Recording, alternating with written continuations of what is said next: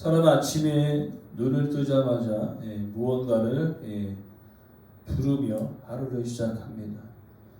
어떤 사람은 오늘 일정이 무엇인가, 오늘따라 몸이 왜 이렇게 무거운가, 때로는 통장 잔고는 괜찮나, 또 어떤 분들은 자녀의 이름에, 또 건강과, 또 때로는 농사, 또 장사 걱정의 이름을 부르며 하루를 엽니다.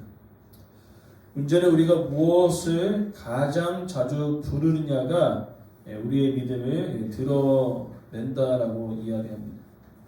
입술에서 가장 먼저 떠오르는 말이 무엇인가? 힘들 때 무심코 나오는 고백이 무엇인가? 그것이 지금 내가 누구를 의지하며 살고 있는지를 여실히 보여준다는 것입니다.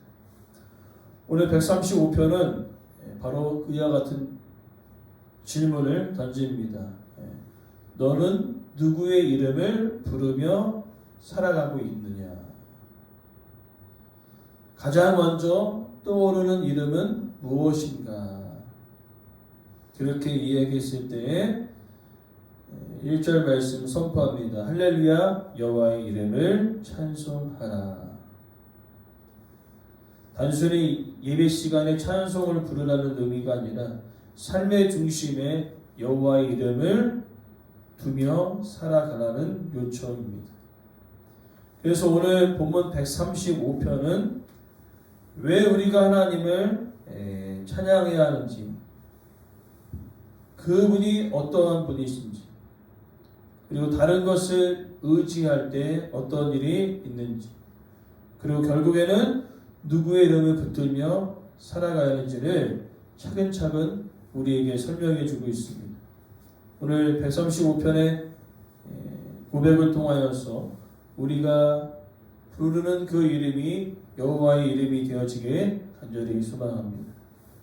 첫 번째로는요, 1절부터 4절에 여호와의 이름을 찬양하라고 부르시는 하나님을 만나게 되어집니다. 누구의 이름을 가장 많이 불러야 하는가? 바로 이스라엘 백성들에게 선포합니다. 너희들이 항상 하루를 시작하면서 생각할 이름, 그리고 삶의 가장 중심에서 외쳐야 할 그 이름, 바로 여호와의 이름이 되어야 한다라고 선포하고 있는 것입니다. 그리고 그 이름을 우리가 2절에 보니까 성전 뜰에서 찬양하고 있습니다. 하루의 시작을 하나님의 이름을 찬양하고, 또 그들의 삶의 중심에 예배에서도 여호와의 이름을 찬양하고 있는 것입니다. 그러면 그들이 왜 이렇게 하나님을 찬양할 수 있는 이유가 무엇입니까? 3절에 이어지는데 그분이 선하시고 아름다우시기 때문에 찬양한다라고 이야기합니다. 하나님은, 사람은 실망을 주고요, 세상은 변덕이스럽습니다. 그러나 하나님은 언제나 선하시다는 것이죠. 이 선하시다는 그 의미는 절망만 있던 우리의 마음에 소망을 불어넣어주고, 막막했던 삶 가운데 삶의 방향을 인도하는 그 이름이 되어진다라고 선포하고 있는 것입니다. 그러면서 더 놀라운 고백은, 우리가 이렇게 하나님을 찬양할 수 있는 그 이유는 바로 4절에 하나님께서 우리를 택하셨다는 거죠. 특별한 소유로. 무엇입니까? 이 여호와의 이름은 아무나 부르는 게 아닙니다. 하나님께서 특별히 소유로 삼아주신 그 백성들만이 여호와의 이름을 부를 수 있다라고 고백하고 있는 것입니다.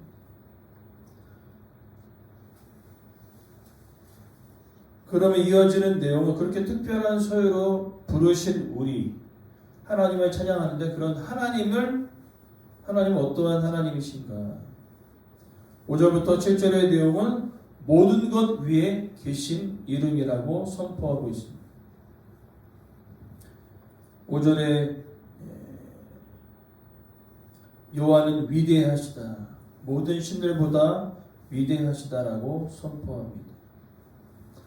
우리가 하나님을 찬양하는 그 일은 여호와의 이름이 위대하다라고 선포하고 있는 것이죠. 그러면서 이야기하는 것은 하나님은 말로만 위대하신 분이 아니라 실제로 그 일들 이루어 가시는 하나님 되심을 이야기하고 있는 것입니다. 그래서 7절에 말로만 하는 게 아니라 안개를 땅 끝에서 일으키시고 비를 주시고 번개를 만드시고 바람을 내시는 하나님이시라고 이야기하고 있는 것이죠. 하나님은요, 그냥 이름만 있는 것이 아니라 이름대로 그 일들을 온 우주 만물 가운데 그 이름을 펼치신데 그 위대하심이 무엇으로 드러납니까? 창조 사역으로 드러나고 있는 것을 볼 수 있습니다. 여기까지는 우리가 하나님의 그 이름에 대해서 좀 멀리 느껴지지요. 우주 만물, 뭐 비, 바람, 천지 만물.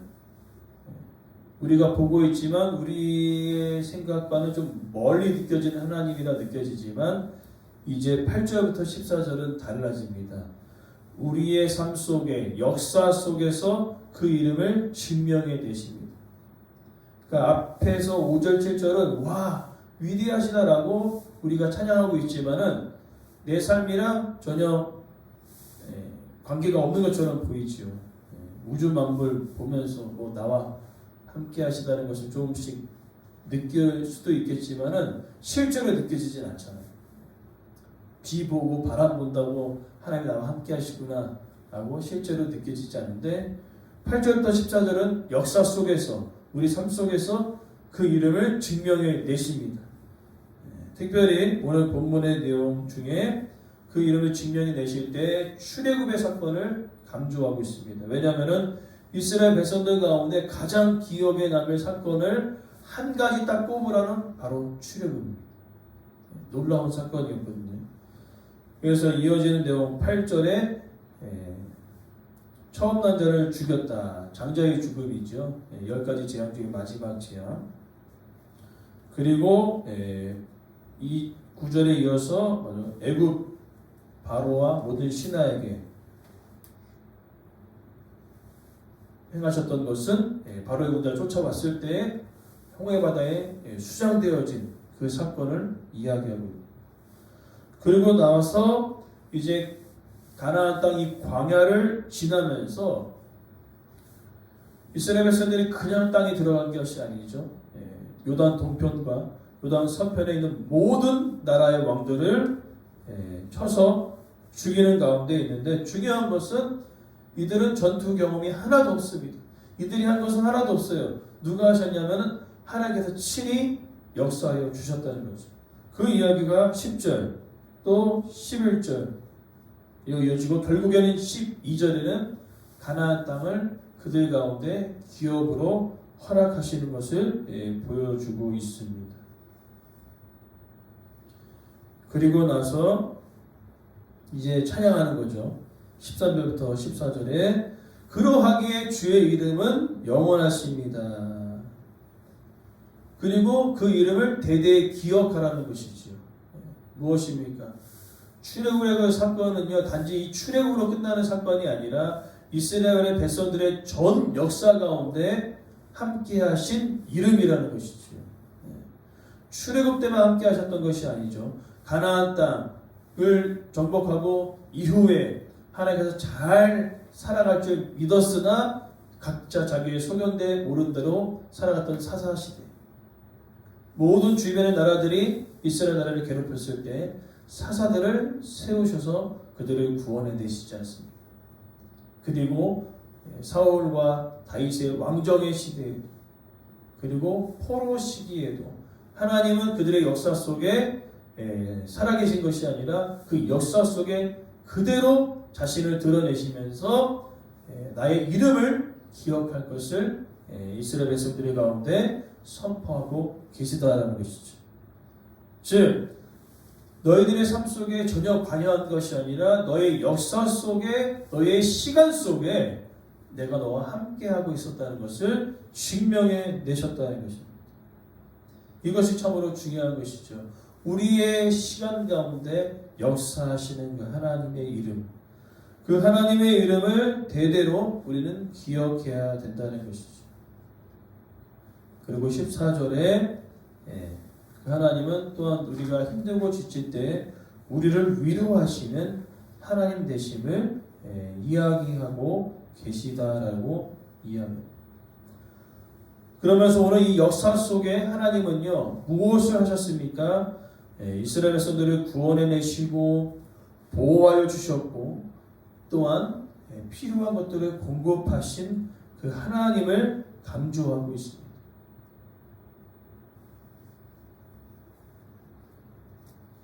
그런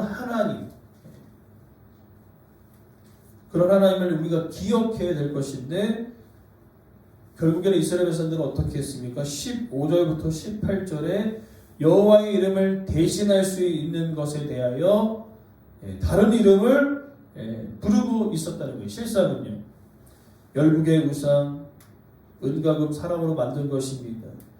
입은 있어도 말도 못하고 눈이 있어도 보지 못하고 17절에 귀가 있어도 듣지 못하는 아무 호흡도 없는 그것을 의지하게 되었다는 것입니다.